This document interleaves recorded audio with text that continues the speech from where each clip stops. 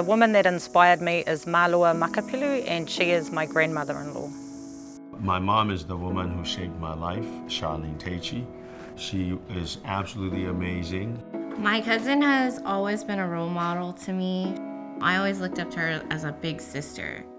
My mum's really driven, very, very ambitious, very strong.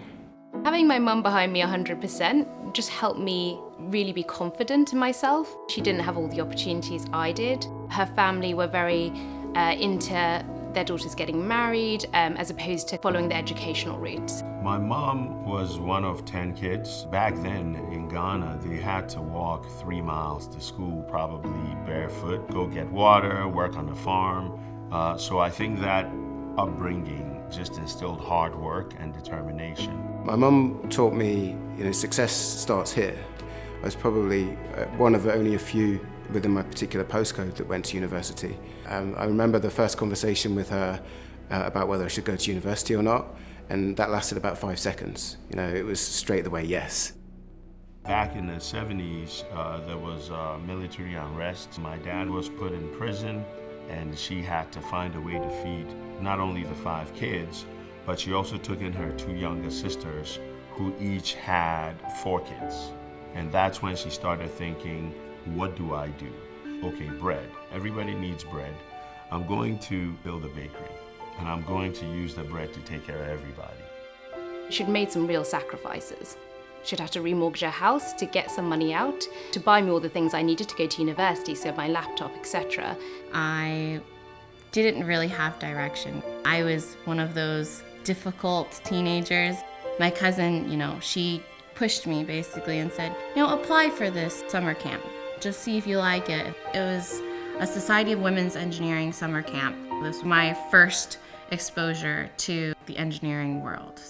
She helped take care of my kids when I had to do long shifts. She helped pick them up from school and bathe them and clothe them and feed them.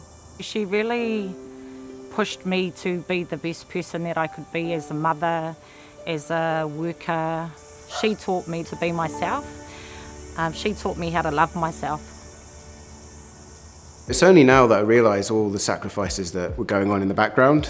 It's only after finishing university that my mum really started with her education, and part-time studying for her undergraduate degree and finishing her master's. So she's actually more qualified than me now. I got a first in economics from Durham. My mum was over the moon, and she hadn't been actually to a graduation at this point, and so I really wanted her to be there because I thought, you brought up 3 children, basically by yourself. It felt really good seeing my mum on that day and just seeing how proud she was and how happy she was. She was a natural leader. So imagine if you had given her the chance to go to university, what she would have been able to do. She didn't have that, and I think she wanted to make sure others had a chance. If I did not go to that summer camp, I would not have done engineering. Now, today, I do a lot of volunteer work to get girls interested in these kinds of things. Nana wasn't a role model for me. I definitely don't think that I would have the career that I've had so far. I started in trading and shipping, and it was probably 95% men traders.